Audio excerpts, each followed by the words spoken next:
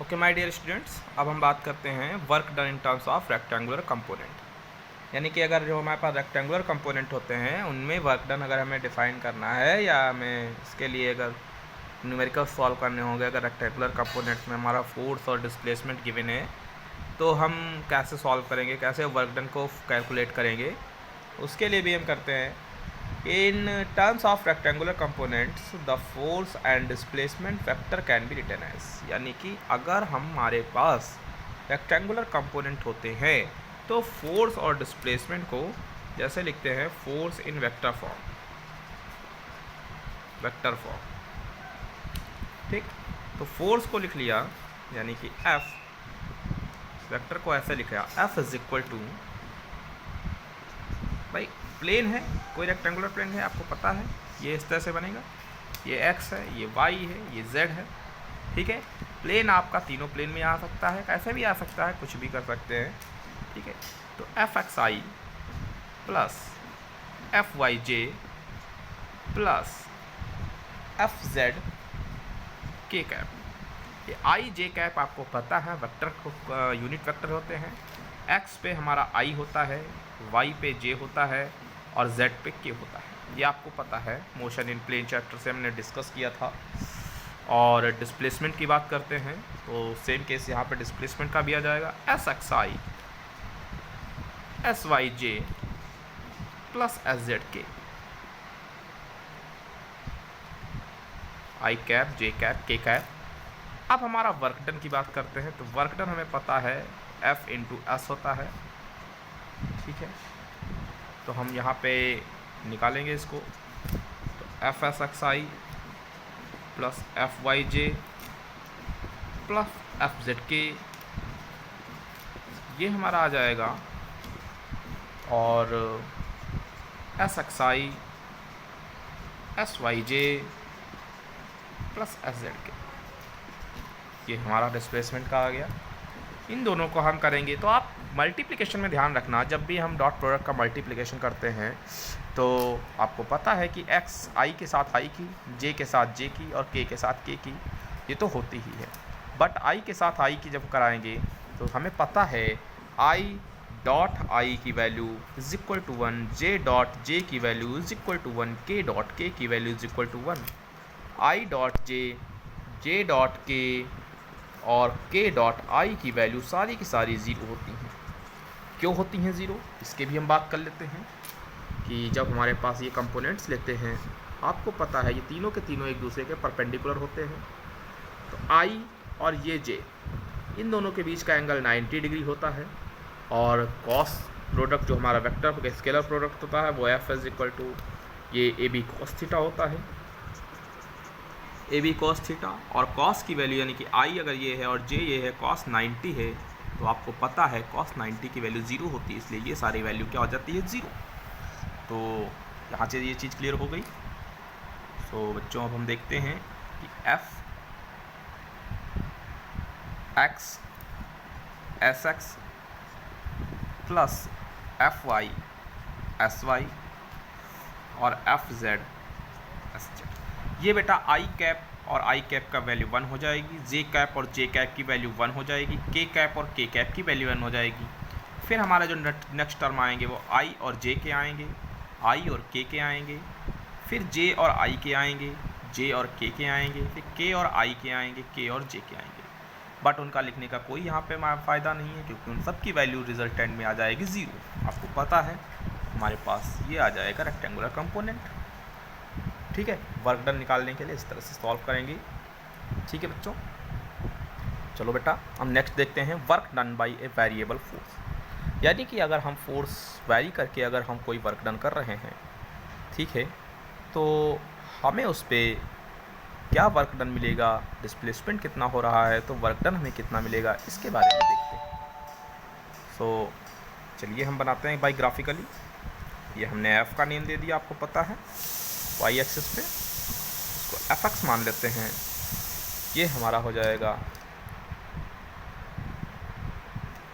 X axis यानी कि displacement, ठीक है। ये ओरिजिन आपको पता है, ठीक। हमने क्या किया, वेरिएबल फोर्स यानी कि फोर्स को क्या कर रहे हैं, वेरी कर रहे हैं।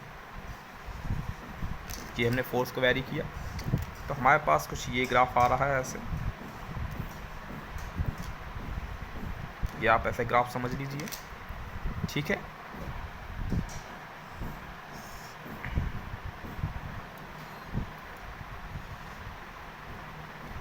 ऐसे मान लीजिए कुछ, ठीक है। अब इसको क्या कर रहे हैं, ये हमारा जो वर्क डन पूरा हो रहा है, हमारा पूरा कंप्लीट वर्क हो रहा है, इसमें क्या कर रहे हैं, ये हमारा इनिशियल डिस्प्लेसमेंट है, ये हमारा फाइनल डिस्प्लेसमेंट है, एक्स एफ एक्स आई, ठीक है, एक्स आई और एक्स एफ। फिर अगर हम इस स्मॉल वर्क डन को, यानी जो वर्क डन किया है, इसको छोटे छोटे पार्ट्स में अगर डिवाइड कर लें, यानी कि अगर कोई ऑब्जेक्ट यहाँ से लेकर के यहाँ तक गया है तो पहले यहाँ आया होगा इस पॉइंट पे, फिर इस पॉइंट पे, फिर इस पॉइंट पे, फिर इस पॉइंट पे, फिर इस पॉइंट पे, फिर इस पॉइंट पे, और एट लास्ट में यहाँ पर आया होगा। तो ये इसी तरह से यहाँ से वर्क डन जो हमने किया है, इसको स्मॉलर पार्ट्स में डिवाइड कर लें, स्मॉलर एंड इक्वल पार्ट्स में डिवाइड कर लें,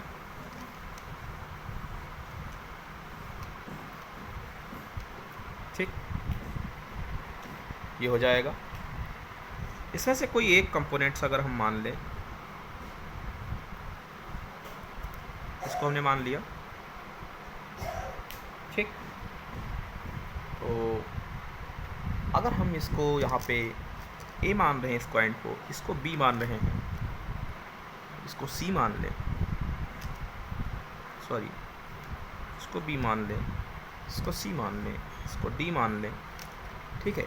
और इस दोनों के बीच की ये जो हमारी डिस्टेंस है, यानी कि इसके बीच में बहुत स्मॉल है, डेल्टा एक्स है, ठीक।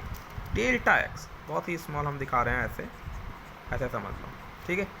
डेल्टा एक्स हम दिखा रहे हैं, ये गैप जो है, तो हमारे पास जो वर्क डन आएगा वो वर्क डन कितना होगा, तो work done is equal to क्या आ जाएगा, एफ इंटू डेल्टा एक्स, क्योंकि फोर्स मल्टीप्लाई बाई डिस्प्लेसमेंट। अब आप कहेंगे कि ये एक्स इनिशियल और एक्स फाइनल हम इसको कैसे कैलकुलेट करें, तो कुछ नहीं करना है, आप इसको ऐसा कर देते हैं, या हम लिख देते हैं area of rectangle A B C D, ये जो हमने ए बी सी डी माना है उसको लिख दिया है,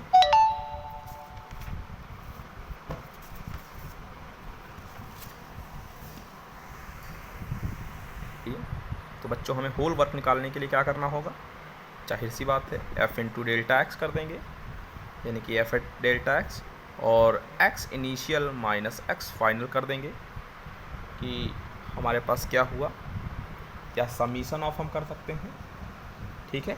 कहीं कहीं आपको बुक में ये भी लिखा दिखेगा, W is equal to summation of X I X F और एफ डेल्टा एक्स, ठीक है बेटा। तो हमारे पास जो वैल्यू आ जाएगी, इससे हम किसी एक स्मॉल क्वांटिटी के लिए, जैसे अगर कोई वो इस बोर्ड का ही हमें वर्क डन निकालना है, तो इस बोर्ड को क्या करते हैं, छोटे छोटे पार्ट्स में डिवाइड करें, और उसमें से किसी एक कंपोनेंट का हम अगर वर्क डन निकाल करके उसको इंटीग्रेट कर दें, लेकिन इक्वल पार्ट्स में डिवाइड होने चाहिए, उसका इंटीग्रेट कर देते हैं, तो हमारे पास टोटल वर्क डन आ जाएगा, ठीक है। अब हम बात करते हैं, जैसे नेक्स्ट करते हैं हम क्वेश्चन नंबर। अब वर्क का तो बेटा जो भी क्राइटेरिया है वो हो गया कंप्लीट। अब वर्क के बाद आपको पता है आता है एनर्जी। हम वर्क के बाद एनर्जी की बात करते हैं।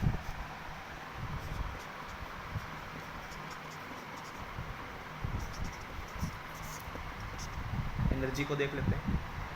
आपको पता है कि एनर्जी होती क्या है, बहुत ही बचपन से पढ़ते आ रहे हैं। The ability of doing work, marker नहीं चल रहा है, मार्कर हम दूसरा यूज़ करते हैं। The ability of doing work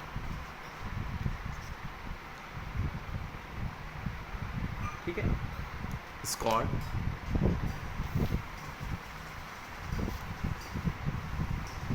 word energy. इसको एनर्जी कहेंगे। ये भी क्या है, scalar quantity.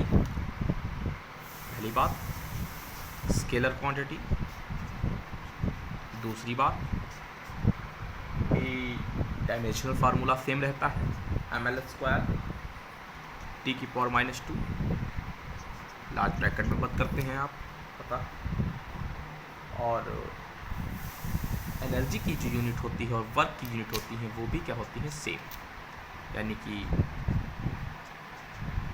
SI unit is joule. ठीक है, अब बात करते हैं एनर्जी की। यहाँ पर हम बात करते हैं दो तरह से क्या कह सकते हैं एनर्जी को। हम मैकेनिकल एनर्जी के टर्म में अगर हम डिफाइन करें तो ऐसा एनर्जी, यानी कि जो energy produce by mechanical means is called mechanical energy. जैसे कि काइनेटिक की बात करते हैं, पोटेंशियल की बात करते हैं। तो अगर हम काइनेटिक एनर्जी को डिफाइन करना चाहें तो काइनेटिक एनर्जी क्या होती है आपको अच्छे से पता है, बचपन में पढ़ा होगा। बचपन में क्या कह सकते हैं 2 साल पहले। तो काइनेटिक एनर्जी क्या होता है कि the energy possessed bye a body virtue of its motion is called its kinetic energy. तो लिख लेते हैं the energy possessed bye a body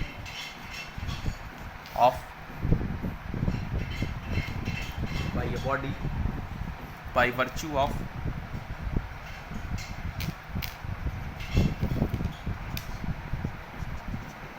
of its motion is called, क्या कहते हैं इसको, काइनेटिक एनर्जी कहते हैं।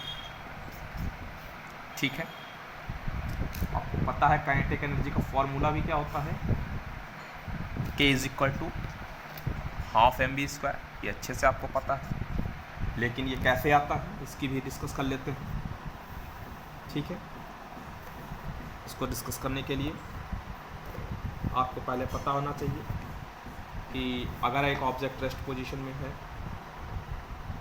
ठीक है, तो रेस्ट पोजीशन में होने से पहले उसको अगर हमें मोशन में लाना है, मान लेते हैं ये एक ऑब्जेक्ट है, ये हॉरिजॉन्टल एक्सिस बना लेते हैं। ठीक है, इस पे हमने फोर्स लगा दिया F, और इस समय इनिशियल वेलोसिटी इसकी हमने मान ली 0। और जब फोर्स लगाया तो इसकी इनिशियल वेलोसिटी यानी कि वेलोसिटी कितनी हो गई, v। वेलोसिटी कितनी हो गई, v। और ये डिस्प्लेसमेंट हुआ आपको पता है s। तो आपको पता है कि अगर इस बॉडी का मास m है, ठीक है, और इस पर हम फोर्स अप्लाई कर रहे हैं, तो जाहिर सी बात है इसमें एक्सीलरेशन हो रहा है, क्योंकि अपनी पोजीशन से चेंज हो रहा है, यानी कि वेलोसिटी में चेंज हो रहा है, 0 से v हो गई। तो according to third equation of motion, Newton ने जो इक्वेशन दी थी, क्या दी थी न्यूटन बाबा हमारे, v² - u² = 2as, न्यूटन बाबा की दी हुई। तो इनिशियल वेलोसिटी तो हमारी 0 हो गई, 0 = 2as। तो यानी कि अगर हम यहाँ से बेटा चाहें और a = निकालेंगे तो हमारा v²/2s आ जाएगा। और वर्क डन हमें पता होता है F/2s होता है, और अच्छे से जानते हैं कि F की वैल्यू न्यूटन सेकेंड लॉ, यहाँ पर भी न्यूटन बाबा आते हैं, ma × s, क्योंकि पता है F = क्या होता है, ma। m a की वैल्यू यहाँ पर रख दो, ये s कैंसिल हो गया। तो W = क्या होता है, 1/2 mv²। ठीक है, तो यहाँ पर जो W है, the work done appears as kinetic energy. यहाँ पर जो वर्क डन हो रहा है मोशन के थ्रू हो रहा है, तो हम लिख सकते हैं the work done appears as kinetic energy. So K = ½ mv²। ठीक है, ये भी आ गया, पता चल गया ½ mv² कैसे आता है। ठीक है, इससे पहले हम रिलेशनशिप फाइंड आउट करने से पहले कुछ थोड़ा सा और देख लेते हैं। कि क्या हो सकता है कि काइनेटिक एनर्जी और मोमेंटम में, यानी कि अगर हमसे कहा जाए कि kinetic energy relation between kinetic energy and momentum की बात करते हैं, तो पता है मोमेंटम इज इक्वल टू क्या होता है, P linear momentum is equal to M V, और काइनेटिक एनर्जी हमने अभी निकाल ही लिया है half M V square. So अगर काइनेटिक एनर्जी में राइट साइड में हाफ एम से हम अगर मल्टीप्लाई और डिवाइड कर दें तो हमारे ख्याल से आपको कोई दिक्कत नहीं होनी चाहिए। मल्टीप्लाई और डिवाइड कर दिया तो इसको हम ऐसे लिख सकते हैं half M square V square upon M. हमारे ख्याल से आपको कोई दिक्कत नहीं होनी चाहिए। K is equal to P square upon M हो जाएगा, और P square is equal to 2km हम लिख सकते हैं, यानी कि P is equal to √2km आ जाता है। ये आ गया हमारा relationship between linear momentum and kinetic energy. ठीक है, अब इसके बाद एक और इसमें टर्म आता है, बहुत ही खास टर्म है कि work energy theorem for a constant force. किसी कांस्टेंट फोर्स के लिए वर्क एनर्जी थ्योरम अगर हमें प्रूव करनी है तो कैसे करेंगे, उसका देख लेते हैं। उसमें भी कुछ नहीं है, आपको बस कॉन्सेप्ट जितना पढ़ा है उतना यूज़ कर लेना है। चलिए देखते हैं।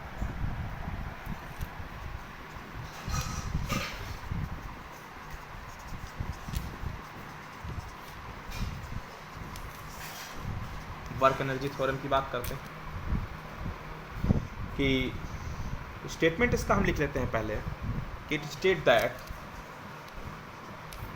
यहाँ से लिखते हैं, it states that the work done by the net force, the work done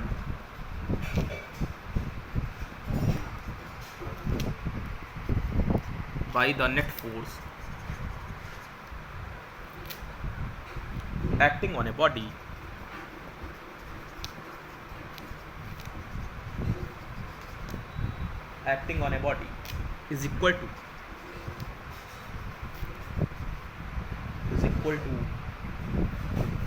the change produced in the kinetic energy equal to the change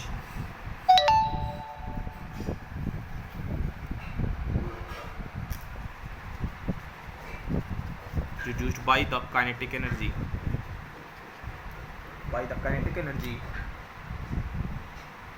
of the body। यानी कि काइनेटिक एनर्जी के through state that the work done by the force acting on a body is equal to the change produced by kinetic energy of the body. यानी कि जितना force apply कर रहे हैं, ठीक है, उस हिसाब से बॉडी की काइनेटिक एनर्जी में भी चेंज हो रहा है।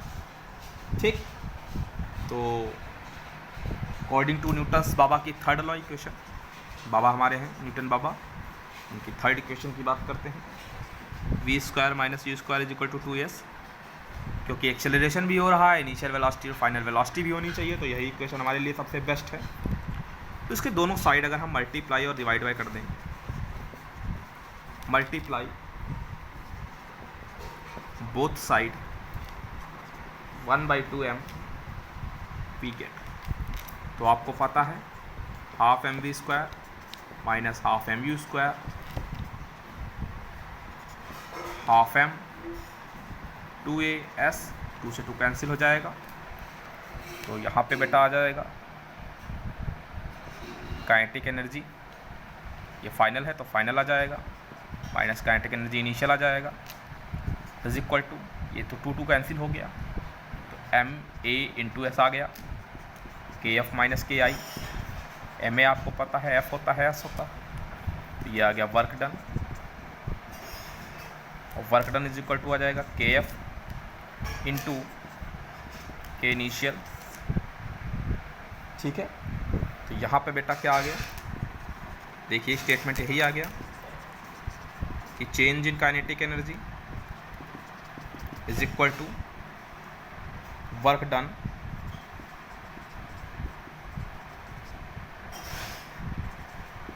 On the body by the net force.